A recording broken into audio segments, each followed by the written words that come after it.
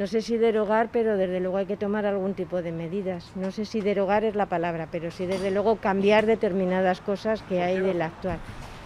Pues porque creo que los contratos son muy precarios, entonces lo que hay que dar es un poquito más de estabilidad en los contratos a la gente, ¿no? O sea que la liberalización que supuso la reforma laboral fue exageradísima y ha perjudicado mucho los derechos de los trabajadores. Yo soy más de la opción de flexibilizar algunos aspectos que una derogación absoluta sin un análisis de lo que está funcionando bien. Creo que hay determinadas rigideces que son un obstáculo para el empleo y lo digo, hay que buscar el punto de equilibrio entre los derechos de los trabajadores y una cierta agilidad del mercado. Yo creo que sí. ¿Por qué razón? Hombre, porque es un derecho que teníamos adquirido y nos lo quitaron, pues sencillamente por eso. Yo creo que sí. Pues porque tiene unas condiciones para los trabajadores que no son las adecuadas.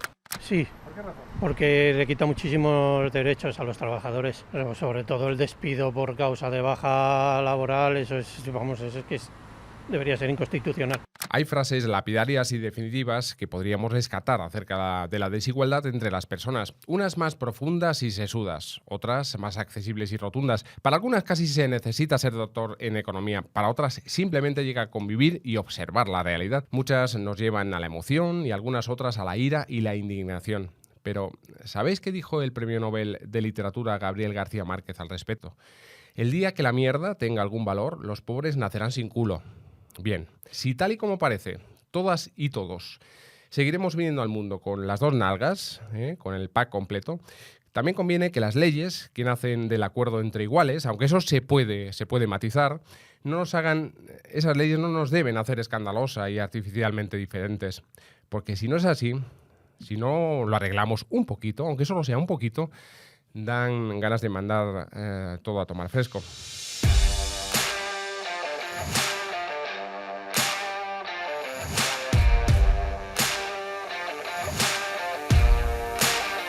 Gente con clase, el podcast de Comisiones Obreras. Hola, ¿cómo estáis? Saludos de José Julio Alonso en nombre del equipo de comunicación de Comisiones Obreras. Estamos en el inicio de la cuarta cita ya de vuestro Gente con clase y no se podía demorar más un programa en el que hablásemos de derogar la reforma laboral. Sabemos que todo el mundo ha escuchado 1000 veces a los sindicatos que esa norma, o mejor ese conjunto de normas, ese corpus legislativo, es poco menos que el fin del mundo, las 7 plagas de Egipto o la caja de Pandora abierta de par en par. Pero es que, joder, para muchos miles de trabajadores y trabajadoras, el conjunto de leyes pues es alguno de esos desastres que hemos mencionado y muchos más, todos juntos, desde hace ya, además, casi 10 años. Y la pregunta puede ser si no es bastante, si no hemos sufrido ya todo lo que teníamos que sufrir a este respecto. Precisamente lo que vamos a intentar hacer hoy, en este tiempo, es un retrato de ese sufrimiento que ocasionó la reforma laboral. No es exagerado decirlo así, os lo aseguro. Es que le hace muy cuesta arriba en la vida de muchas personas.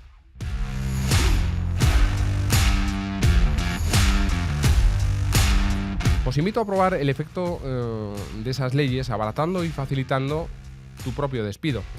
Os animo a degustar la precariedad o cobrar un sueldo inestable y mal pagado. ¿Qué te parecería? ¿Es que no te apetece un contrato de 7 días? ¿Y uno parcial?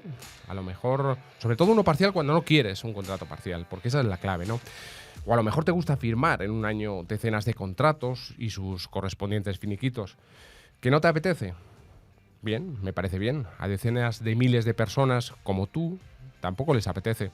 Y palabra, podemos evitarlo con un poco de empatía.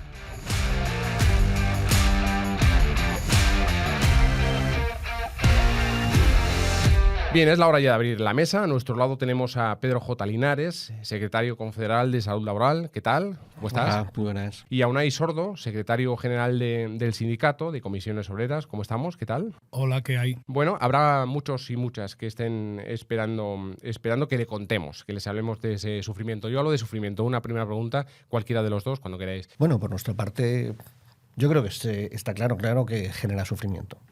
Es decir, pero lo que hay que definir es cómo valoramos ese sufrimiento. Es decir, cuando uno, incluso cuando tiene algún derecho, resulta que no lo puede ejercer porque hay una presión que se impone en las relaciones laborales, eso es sufrimiento.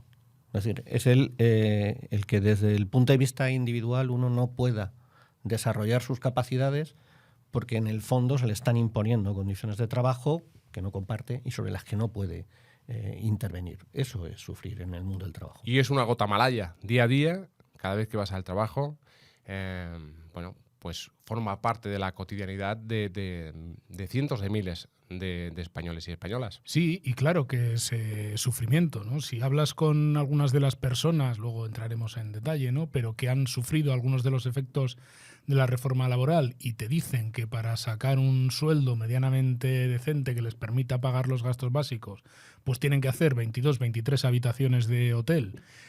Y te dicen cómo tienen los riñones, cómo tienen los lumbagos y cómo tienen las muñecas y los dedos, pues eso es lo más parecido que hay al sufrimiento, ¿no? ¿Qué os parece si... Bueno, ¿cuánto tiempo hace que no os enfrentáis a un examen? Pues hace unos cuantos años, sí. Sí, ¿no? Casi se me ha olvidado. Vamos a intentar hacer un glosario entre todos de términos relacionados con la reforma laboral, hablando de la contratación, ¿eh? ¿Qué es esto de la causalidad? En principio, lo que hay que tener claro es que la contratación, es decir, la idea de la contratación tendría que ser una relación entre dos partes, no iguales, pero es una relación entre dos partes. Es decir, eso tiene que estar sujeto a un acuerdo. Cuando hay cuando decimos que tiene que haber causalidad, es que el objeto por el que se realiza esa contratación tiene un sentido. Si es temporal, porque tenga un principio y un final. Pero si no es temporal, que es estructural, no cabe otra forma de contratación que no sea, digamos, un contrato indefinido. Por tanto, cuando hablamos de causalidad, lo que estamos diciendo es que tiene que ajustarse al objeto por el que se va a realizar ese intercambio entre trabajador y empresa. Es decir, una cosa que no esté regulada en ese sentido, al final se convierte en buscar fórmulas alternativas porque tengan unos menores costes, aunque la causa del contrato sea distinta a la que se está argumentando. Vamos a ir rápido. Otro conjunto de palabras que suena en idioma sindicalista. Preeminencia del convenio de mayor rango. Bueno, supongo que eso tiene que ver con lo de la preferencia aplicativa del convenio de empresa, que nadie sabe qué quiere decir. Pero que quiere decir algo tan simple como que desde el año 2012 en España un convenio que se hace en una empresa puede rebajar los salarios de los convenios sectoriales que hasta entonces eran convenios de mínimos, convenios de red.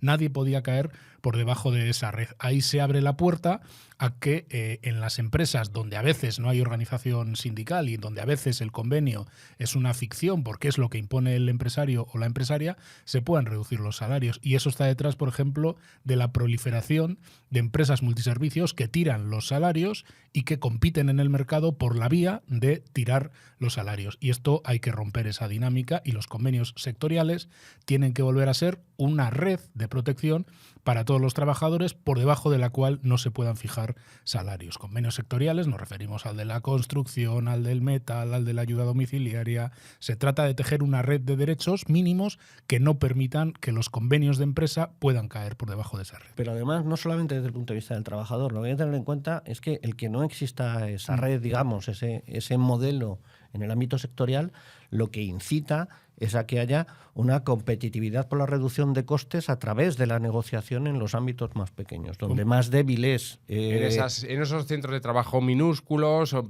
más pequeños. Competencia desleal de la empresa. Que al final, si los empresarios tuvieran un mínimo de idea colectiva, es decir, lo que realmente haría que un sector tenga una regulación estándar para todo el mundo sería tener condiciones similares para poder operar. Sin embargo, cuando quieren competir exclusivamente en la reducción de costes, lo que buscan es salidas alternativas para hacer dumping con respecto a las condiciones digamos, del grupo de trabajadores que tú tengas o en el desarrollo de tu actividad. Pasamos inmediatamente, ya corriendo, a las cosas que creemos que deben borrarse. O borrarse de manera parcial. Por ejemplo, la subcontratación.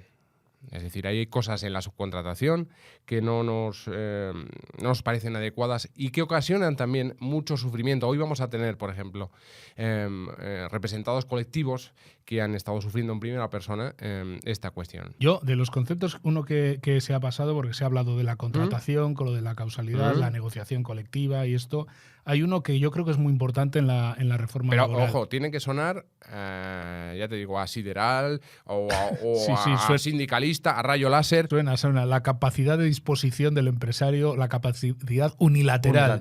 De disposición del empresario. Bueno, eso es muy antiguo, ¿eh? Eso es muy antiguo. Viene a decir, yo en mi casa hago lo que quiero. Es decir, la norma laboral, la reforma laboral, dio mucho más poder al empresario o a la empresaria para poder modificar las condiciones de trabajo pactadas en los convenios colectivos y en los pactos de empresa. Y esto es demoledor, porque es otra vía que a veces vuela por debajo del radar, porque muchas veces ni está registrada en ningún sitio, ni consta en ningún lado, para deteriorar las condiciones de trabajo, ¿no? Y es algo que se ha utilizado mucho también para renovar las plantillas, es decir, para despedir a gente, porque era más barato despedir, y contratar a otra gente en peores condiciones. Y esto en parte se basa en que se ha desequilibrado mucho la capacidad del empresario o la empresaria de hacer un poco de su capa un sayo, sobre todo en las pequeñitas empresas donde, bueno, pues algunos tienen una visión un poco cortijera de la empresa, ¿no? Esto es mío y aquí hago lo que quiero. En esencia es eso que hemos dicho, Pedro, tantas veces de que la reforma laboral rompió el espinazo de lo que es el diálogo social, es decir, de los pactos, de los acuerdos, de la capacidad de llegar a acuerdo entre trabajadores y empresarios. Desequilibró totalmente las relaciones laborales, en el marco de la empresa y fuera del marco de la empresa. Yo con respecto a la ley digo algo, es decir, bastante gráfico, ¿no? Es decir, si nosotros cogemos una bala en la mano, una bala no mata. No, balas no. En este contexto que hemos pasado... Una bala no mata. Mata la velocidad. Mata la velocidad a la que el proyectil se lanza. Pues con la reforma laboral pasa un poco lo mismo. La ley en sí, es decir, podría ser inocua. Es decir, lo que pasa es que ha permitido dar una serie de herramientas a los empresarios que han alterado tanto las relaciones laborales que se convierte en un verdadero proyectil que está alterando todas esas relaciones con una posición de fuerza por parte de una de las partes que está regulada en el marco laboral. Por eso, una de las apreciaciones que hacías al principio del programa, es decir, si las leyes se hacen entre iguales, no. Las leyes normalmente responden a intereses políticos o económicos y se establecen por las mayorías que se componen. De ahí es lo que nosotros necesitamos, utilizar la política para que las leyes tengan, digamos, un marco y una regulación mucho más equilibrada a favor de aquellos a los que representamos. Y una correlación en la representación también de la sociedad, que eso es vital. Bueno, una última cosa os lanzo, sobre la que hablamos mucho, decía subcontratación. O externalización.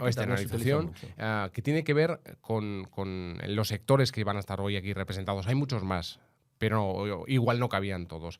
Subcontratación, quien quiera. Bueno, esa es toda una estrategia de gestión de las empresas que tiene ya muchos años, que tiene, digamos, esto es un poco como el colesterol, que lo hay bueno y lo hay malo. Tiene todo el sentido del mundo que una empresa que se dedica a hacer tornillos de no sé qué determinada manera, cuando tiene que pintar la nave, no tenga en la plantilla pintores porque no es a lo que se dedica. Y, lógicamente, subcontrate una actividad a una empresa que le pinte convenientemente la nave, ¿no? Ahora, otra cosa es que de forma perenne, de forma habitual, subcontrate parte de su actividad principal para reducir costes. Nosotros hablamos también de otros palabras, que es que la subcontratación, la externalización productiva, cuando es para especializarse, es positiva, cuando es para reducir costes, es negativa. Y esto es lo que la norma favorece en España, ya con lo de la preferencia aplicativa del convenio de empresa que antes decíamos, ya es el sumum, pero la norma favorece en España y es lo que hay que corregir, que las empresas la actividad que externalicen sea para hacer mejor y no para hacer más barato, porque ese más barato casi siempre recae en las espaldas de los trabajadores en términos de salarios o de los trabajadores y trabajadoras en términos de condiciones de salud laboral, de prevención de riesgos, siempre se ahorra de algún lado. y ese ahorro suele caer en las espaldas de la gente. Lo que señalaba sobre salud laboral o de riesgos, hay muchas empresas que tienen a gala hacer públicas sus estadísticas de accidentes, en las que han continuado con una reducción sistemática durante tiempo o no han tenido accidentes durante un año, y parte de ese éxito, entre comillas, viene porque los riesgos se externalizan a terceras empresas y, por tanto, a trabajadores en peores condiciones que los que a lo mejor tienen en su propia empresa. Con lo cual, externalizamos el riesgo a trabajadores con peores posibilidades, digamos, de establecer, muchas veces porque tienen un peor nivel de representación y de capacidad, digamos, de intervención, y que, por tanto, sufren esas consecuencias. Y se diluye la responsabilidad delante de los órganos jurisdiccionales, que al final es lo que suele ocurrir. Seguimos rápidamente. En las últimas semanas, durante los últimos meses, diría yo, desde Comisiones Obreras hemos venido avisando de que con la recuperación de la actividad, con el repunte de la economía que llegará inevitablemente y afortunadamente está llegando ya, ¿no? Se va a iniciar una ola de despidos, de inestabilidad laboral, que nos ha sorprendido ya, por ejemplo, desde hace algunas fechas en el sector de la gran banca en España. Esto tiene todo que ver con muchas de las cosas, con algunas al menos de las cosas que estamos explicando. Bueno, yo creo que aquí hay decisiones que están tomando empresas. Urge derogar la reforma laboral, y se ha dicho por algo. No, porque la legislación ahora mismo sigue facilitando mucho la utilización del despido. Es decir, la reforma laboral, entre las muchas pegas que tiene, una es que favoreció y facilitó y abarató, por la vía de los hechos, los despidos. Con lo cual, cuando se incentiva algo, pues en general el que puede utilizar ese algo, pues va y lo utiliza, ¿no? Pero al hilo de lo que dices, aquí se están dando decisiones de empresas, algunas que a mí me parecen absolutamente obscenas, incluso como las del sector financiero, y también algunos otros, las empresas de comercio textil y algunas más, que en mi opinión tienen poco que ver o menos de lo que dicen que tienen que ver con la situación de crisis y de pandemia. Están tomando decisiones estratégicas de reducción de plantilla, seguramente para volver a contratar en el futuro en peores condiciones y en volúmenes de despidos muy superiores a lo que están haciendo esas mismas empresas, por ejemplo, en otros países. O sea, conviene no mezclar todo, porque a veces dicen, no, los ERTE se están convirtiendo en ERE. No. Aquí hay decisiones estratégicas de empresas que responden a decisiones que están tomando ahora, que en parte tienen que ver con que están cambiando su forma de producir. La banca ha cambiado de una forma importante. Pues eso es así, la banca online. Bueno, hay cambios importantes, pero lo que están haciendo es aprovechar la coyuntura para ir a auténticas limpias de plantilla que, como digo, nos parecen obscenas. Si hacemos recuento, llevamos en la historia democrática en España, en esta última parte de la historia democrática en España, y llevamos más de 50 retoques de mayor o menor profundidad en la normativa laboral, en las leyes laborales.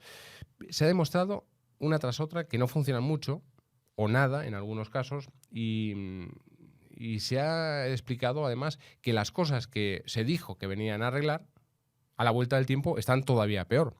Precariedad, es decir, toda esa serie de desastres. Yo creo, Pedro, que eso responde a lo que tú decías, de que las leyes no se hacen entre iguales y que a lo mejor la política lo que tiene que hacer es representar mejor a la sociedad. Sí, no, evidentemente. Es decir, ese es el principal problema, ¿no? Es decir, las leyes normalmente tienen un carácter, si se quiere, conservador, ¿no? Es decir, el mantenimiento de un status quo. Y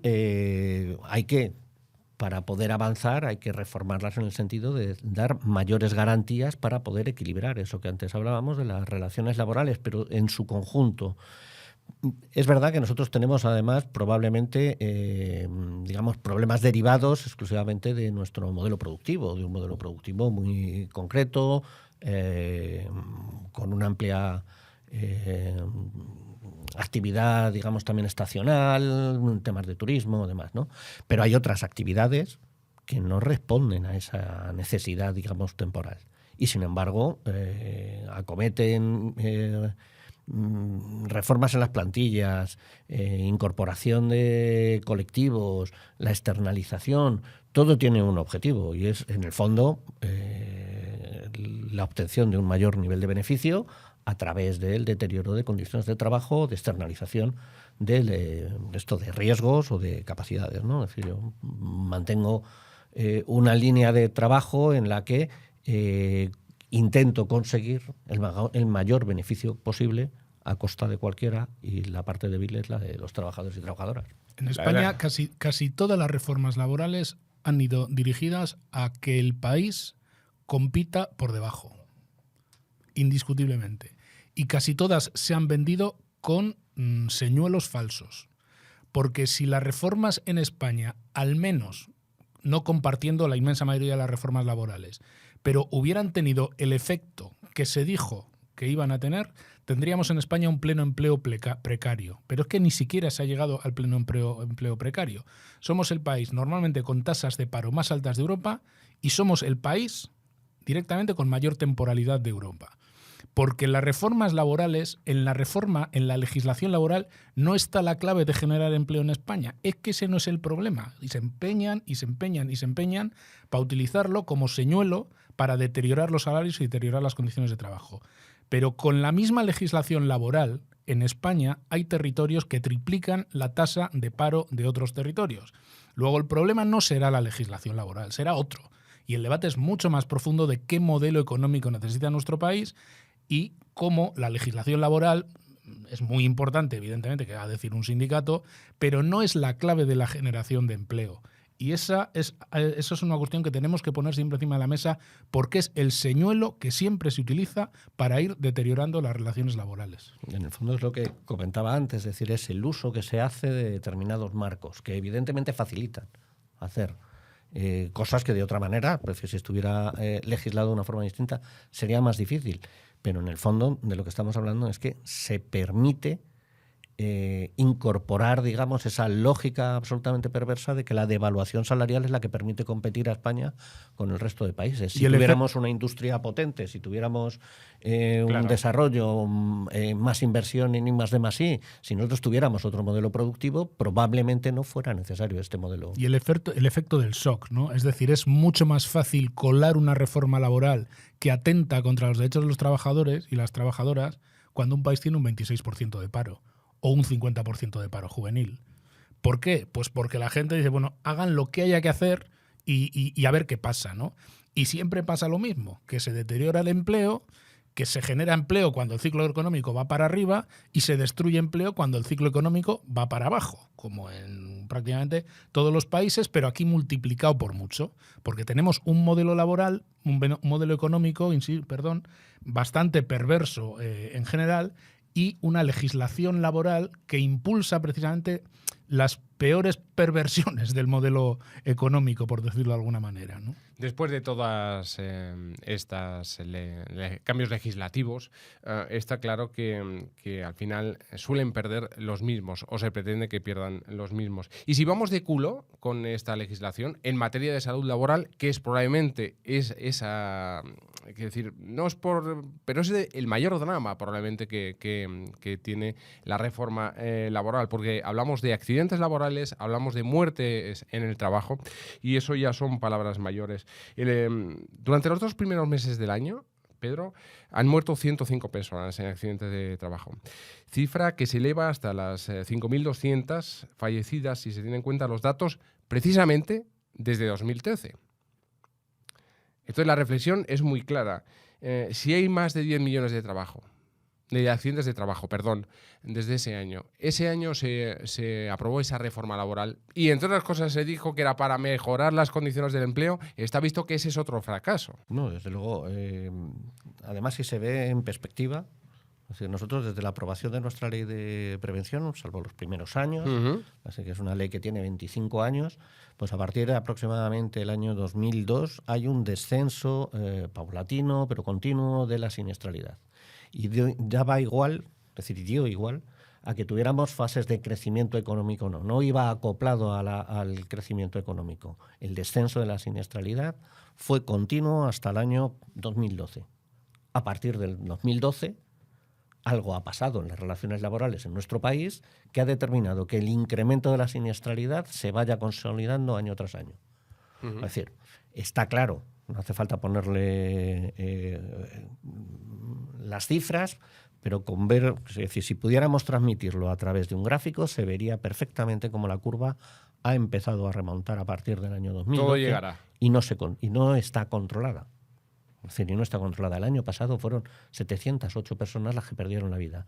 Teniendo en cuenta, además, que la mayoría de los daños a la salud no están recogidos en los registros oficiales. Es decir, que las enfermedades producidas por el trabajo son muy superiores a las que se registran y muy superiores a los accidentes de trabajo. Vale, pues vamos a acabar este primer bloque con una frase, ¿no?, de otro premio Nobel. Mira que nos gustan los premios Nobel. Bueno, es Joseph Stiglitz. Dice que la descentralización de la negociación colectiva debilita el poder de negociación de los trabajadores. Creo que eso ha quedado claro y traducido. Quiero decir, a la mínima expresión es por la vía del individualismo. Estamos jodidos. Quiero decir, es muy claro. Por la vía de acudir a nuestro sindicato, por la vía de la representación sindical, por la vía de la negociación colectiva, por potenciar esa negociación colectiva entre empresarios y trabajadores y trabajadoras, todo va a ir mucho mejor. Deberíamos hacer una reflexión profunda sobre esto.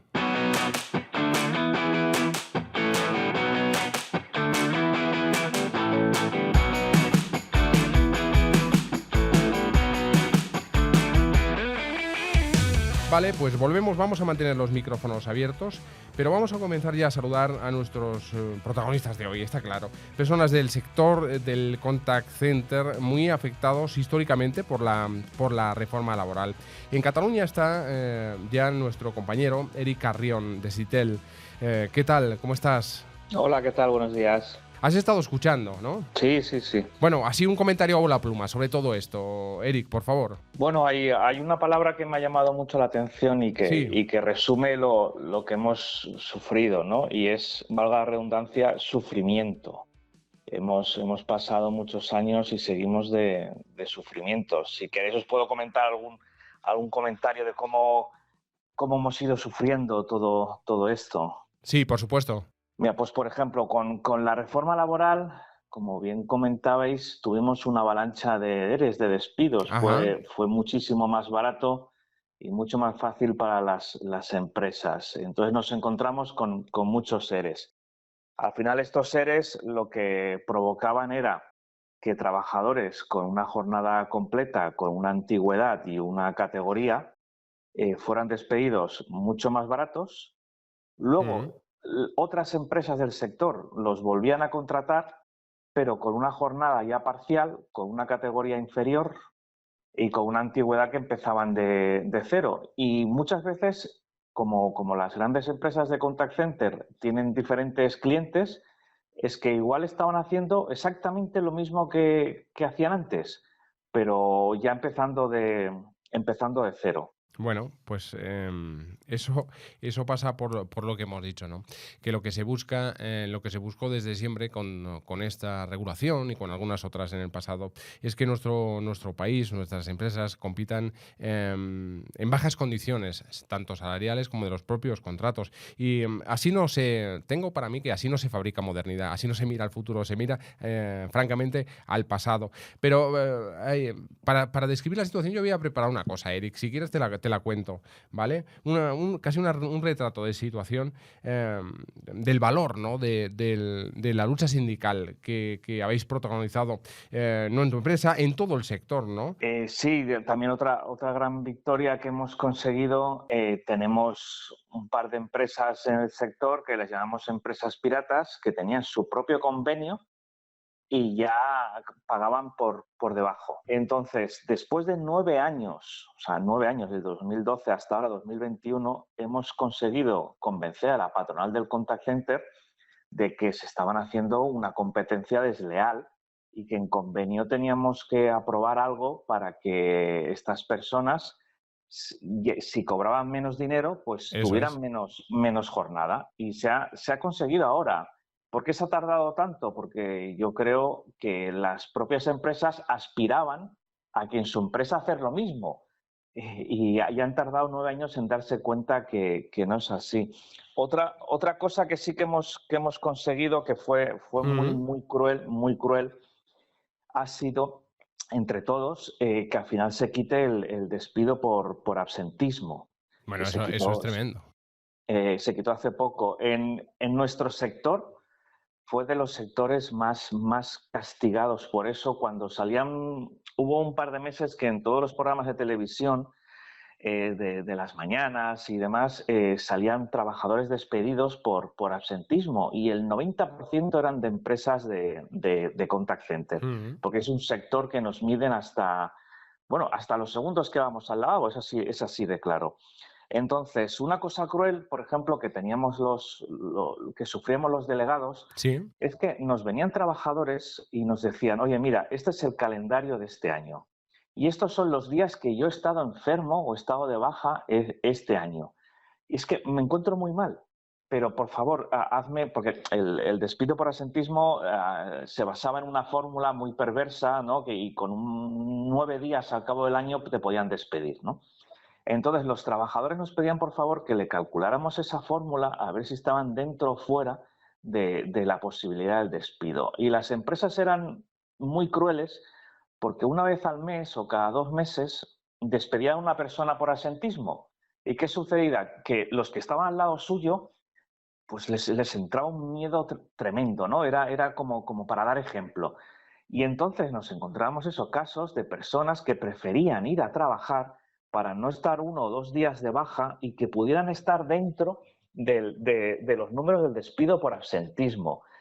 Y realmente era muy duro, porque podías ir a quejarte, a hacer todo, pero era así. Y las empresas de contact center tienen todas ellas una persona contratada exclusivamente solo para calcular el nivel de absentismo de los trabajadores. En fin. Un sector que sí que es cierto que el absentismo es alto, pero claro, es que es un sector muy duro, porque nosotros hacemos normalmente 2 tipos de llamadas. Las de recepción, que es cuando un cliente te llama y normalmente te llama para quejarse de algo. La gente no te llama para felicitarte.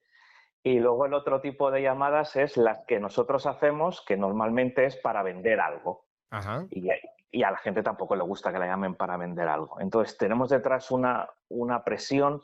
Estamos ahí en oficinas que nosotros le llamamos las granjas, porque estás 100, 200, 300 personas uno al lado de otra, muchísimas horas con la presión del cliente, los programas informáticos no funcionan, las oficinas no tienen las instalaciones correctas, las temperaturas no son las correctas. Se crea ahí una atmósfera muy cargada, con mucho dolor de cabeza, claro, 300 ordenadores a la vez, todo cerrado, y muchas presiones. Pues es normal que las personas pues enfermen, aparte de estar horas y horas hablando sin parar, que no te dejan ni un segundo para beber agua. Y entonces era muy cruel todo el tema de despido de absentismo. Eric, y luego están los ERE, que son como la guinda del pastel de la precariedad, ¿no? Que son lanzados así como bombas en el seno de las empresas, y con las cuales os las tenéis que ver los delegados. Sí, bueno, es que desde la reforma hay empresas que cada año han hecho un ERE. Y ese ERE no es más que una limpieza directamente, personal que no les interesa, o renovaciones, o muchas veces incluso, pues lo que comentabais antes, al ser más barato aquí, estas campañas se las llevan a otros países. Entonces, a otros países que es la misma empresa, o sea, la misma empresa de contact center, pues tiene sede en el Estado español, tiene sede en Latinoamérica, tiene sede en Marruecos, por ejemplo, en muchos países. Y entonces no es que el trabajo aquí haya disminuido, es que se lo llevan de aquí a otro país, a la misma empresa. Entonces, claro, la causa es pues hacer un ERE.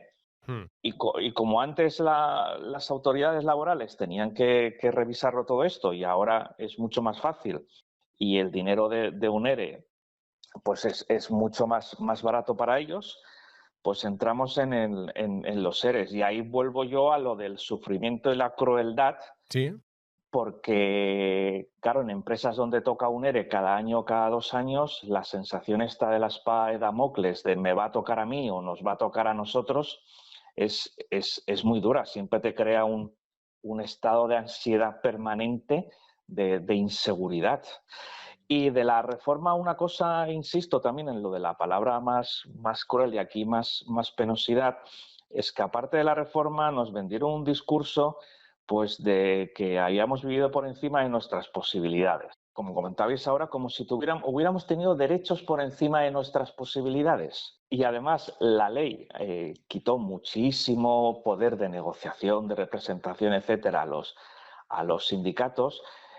Si las personas decían, bueno, pues yo tengo estos problemas, me los está diciendo el Estado, que he vivido por encima de mis posibilidades, etcétera, etcétera, y tengo unos derechos que no me merezco, eso es lo que nos hacían entender, bueno, pues voy a hablar con el delegado que hay en mi empresa. Claro, tú podías darle todo el soporte moral, legal incluso, todo, pero si tienes una legislación delante que no puedes ir contra ella a nivel así individual de un trabajador, pues te quedabas un poco con la sensación de impotencia y entonces aún calaba más el otro mensaje de los sindicatos no sirven para nada, que es mentira, servimos para mucho y en todo el tema este del COVID hemos estado los delegados dejándonos el alma en todas las empresas. Pero este sentimiento cruel de hago una ley y aparte de la ley esparzo un sentimiento y culpabilizo encima al que puede defenderte, era muy, muy complicado, porque lo que tú decías, tienes que hacer pues de amigo, de terapeuta, de psicólogo, de vecino, de todo. Pues muchas gracias, amigo. Hablando de la amistad. Sí.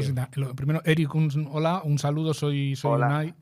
Hola, ¿qué tal? Simplemente añadir una cosita a todo lo que has dicho, ¿no? Después del retrato que tú haces de la situación en el sector, en la empresa, a mí me gustaría recordar algo relacionado con lo que hablábamos al principio, de esto de la externalización productiva, esto que muchas veces no se entiende muy bien de lo que hablamos, ¿no?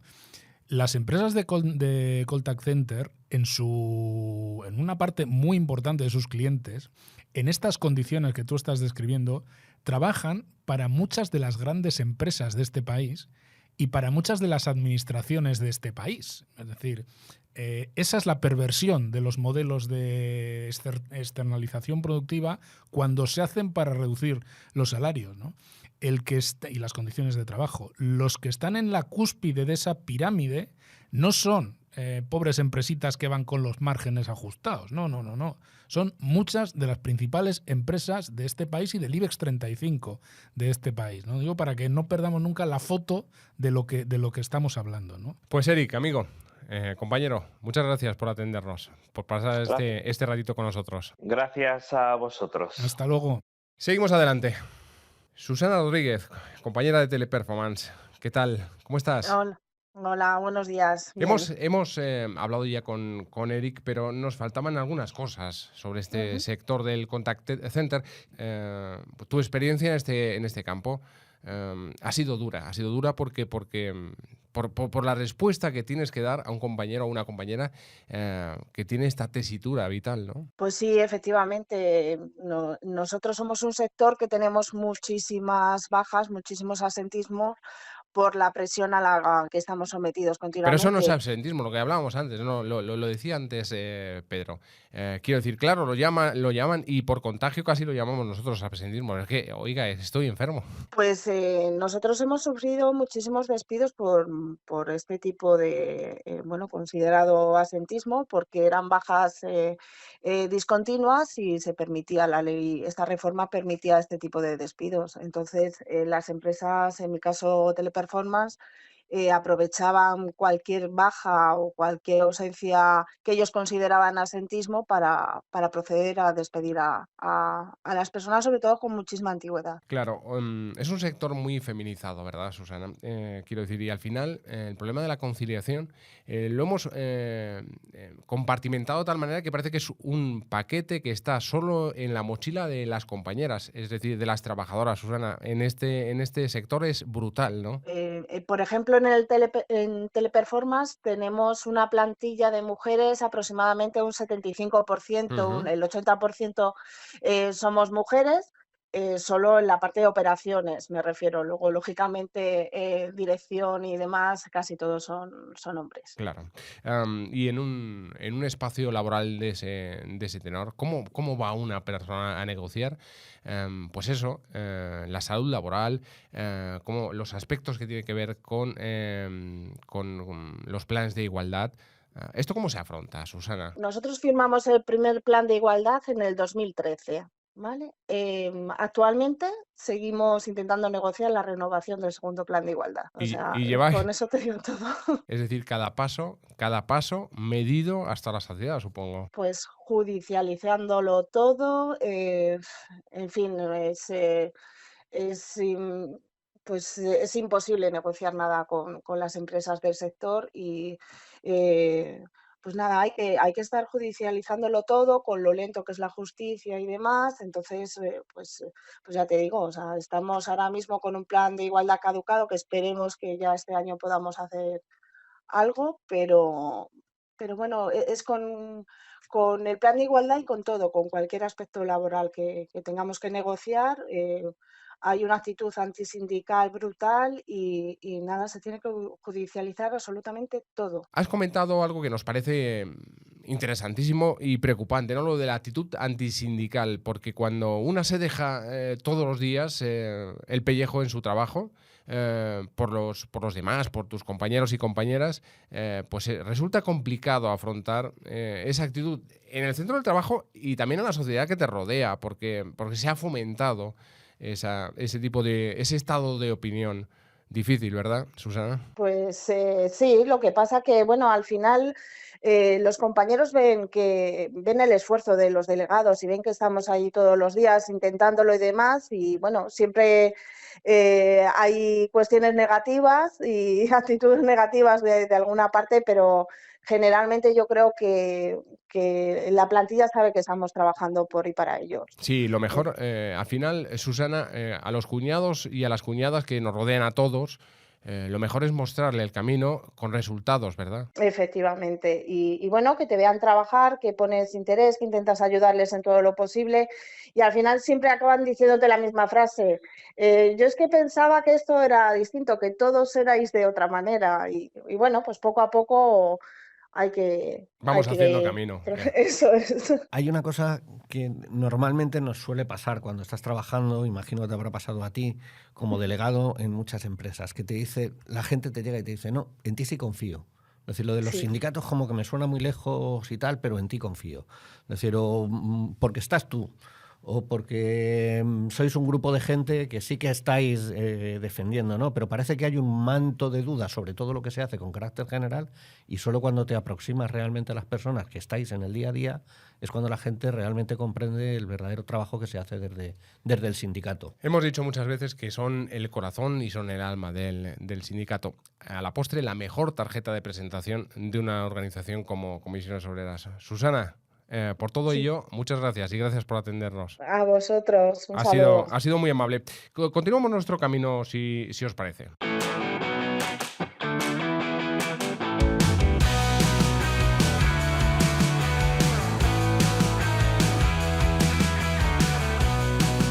Yo quería rescatar un dibujo, aunque fuera somero, muy por encima, de otro colectivo, ¿no? El colectivo de las camareras de piso, que realmente han sufrido en carne propia los efectos de esta reforma laboral. María Victoria Cortés, camarera de piso y empleada del Hotel Palace, que tiene sobrenombre y que estáis en un conflicto muy duro, de mucho desgaste personal, en parte por lo que ocasiona esta regulación. Buenos días, María Victoria. Buenos días. ¿Cómo estás? Bueno, pues aquí, peleando. Ahora con un pico de estrés un poco acusado, ¿verdad? Sí, la verdad que están siendo momentos muy duros porque, bueno, quieren hacer un ERE en el que van a despedir a 152 trabajadores, que son más o menos el 48% de la plantilla. Y, bueno, pues somos gente que llevamos muchísimos años juntos, somos casi más una familia que compañeros y están siendo momentos muy duros, sí. Unai Sordo, nuestro secretario general, lo ha dicho alguna vez, ha advertido que venían curvas y que convenía derogar la reforma laboral para que los trabajadores y las trabajadoras tuvieran un mayor parapeto a la hora de afrontar estas situaciones. Hola, ¿qué hay? Lo primero, bueno, todo el ánimo, como sabes, a la lucha que estáis llevando. Y bueno, tienes razón, Julio, en lo que plantea, ¿no? Es decir, lo decía yo antes, las decisiones que están tomando las empresas tienen que ver con motivos de hacer limpieza, de trabajadores y trabajadoras, y en un momento en el que con toda seguridad van a recuperar muchísima actividad en verano, pues no es de recibo lo que están haciendo, por ejemplo, las entidades financieras o en este caso, las cadenas de hoteles, ¿no? Así que nada, desde luego, mostrarte toda la solidaridad, todo el apoyo y a seguir en la pelea. Sí, que es verdad que las empresas se van a recuperar seguramente. A mí me cuesta muchísimo pensar que 150 compañeros se van a ir a la calle y que en 3 meses va a entrar una empresa de externa, una multiservicios y bueno, por los compañeros que se han ido ya no se va a hacer nada. Sois entre un 25 y un 30% de las plantillas de los hoteles y apartamentos, lo que supone 96.000 personas en toda España. Sois las encargadas de que las habitaciones estén en perfecto estado cuando el cliente las utiliza ofreciendo uno de los servicios más valorados, repito, más valorados por los turistas que se hospedan en nuestros establecimientos hoteleros.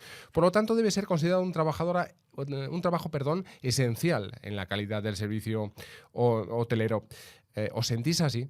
Pues no nos sentimos así, nos sentimos muy ninguneados, pero porque además es un colectivo de mucha mujer y sobre todo últimamente mucho personal inmigrante. Entonces ellos saben que si tú no cedes va a venir otro detrás a hacer el trabajo. Las condiciones laborales de las camareras de piso María Victoria se derrumbaron con la externalización, que es una de las palabras malditas que hemos explicado, que han estado sobrevolando la conversación de hoy. Los hoteles contratan a empresas de multiservicios para que desarrollen la actividad del departamento, lo que supone, entre otras cosas, caídas de sueldo del 40%, María Victoria. Sí, es cierto. Puede ser en una misma empresa haber trabajadores de primera y de segunda, agentes que todavía nos regimos por el convenio sectorial y empresas externas que pasan a ganar, pues eso, prácticamente un 40% menos que nosotros, que no tienen ningún tipo de derecho y sí.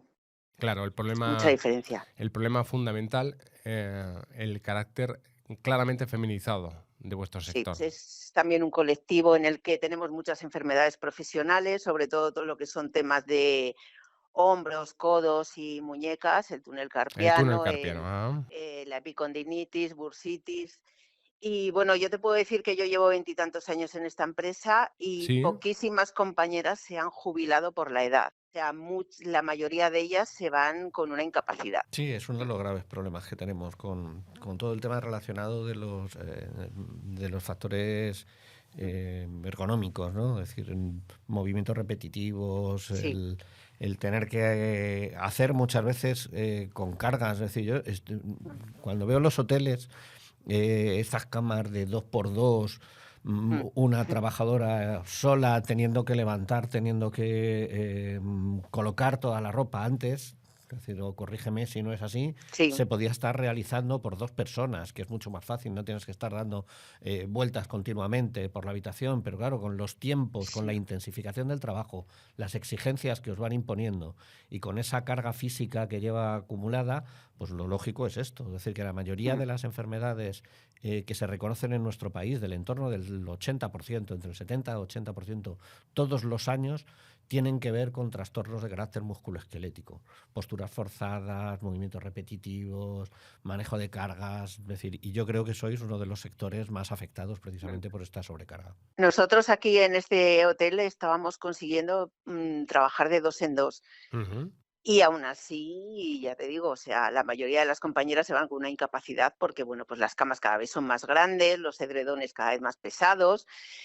Pero ahora, pues encima con lo del ERE nos estamos viendo que al final nos van a imponer, como en la mayoría de los hoteles, trabajar solas. Y la vuelta otra vez a un agravamiento de problemas que tienen que ver con la salud laboral, ¿no? Sí. Claro. Sí. Y la fiereza de la empresa con los sindicatos y con la sindicalización del colectivo, tremendo, ¿no? Sí, sí. Ahora la negociación esta del ERE está siendo muy dura porque nosotros lo que intentamos es bajas incentivadas y prejubilaciones, que no se vaya nadie que no se quiera ir, pero bueno, pues tienen todo el dinero del mundo y todo el tiempo del mundo y cada vez que decimos que no, ponen más dinero encima de la mesa y estamos llegando a un momento en que no sabemos lo que vamos a conseguir. María Victoria, nos ha encantado charlar contigo. Muchas gracias. Muchas gracias a todos y bueno, pues que tenemos que luchar sobre todo por eso, por mantener los puestos de trabajo, por trabajar de 2 en 2 para que las camareras no estén solas en una habitación y no haya esos problemas y bueno, por conservar el empleo. Pues muchas gracias. Gracias a Un ti. abrazo. Muchas gracias. Unai, pero J, María Victoria, aquí tenemos que ir cerrando. Nos quedan algunas cosas ya, unos instantes, pero muchas gracias también por estar con nosotros. Nos veremos más a menudo en este entorno, en este nuestro Gente con Clase, ¿vale? Vamos en el minuto final con la opinión de Empar Pablo Martínez, secretaria confederal de Comunicación. Sed felices, cuidaos, chao. En esta cuarta entrega de Gente con Clase hemos hablado de solidaridad y empatía.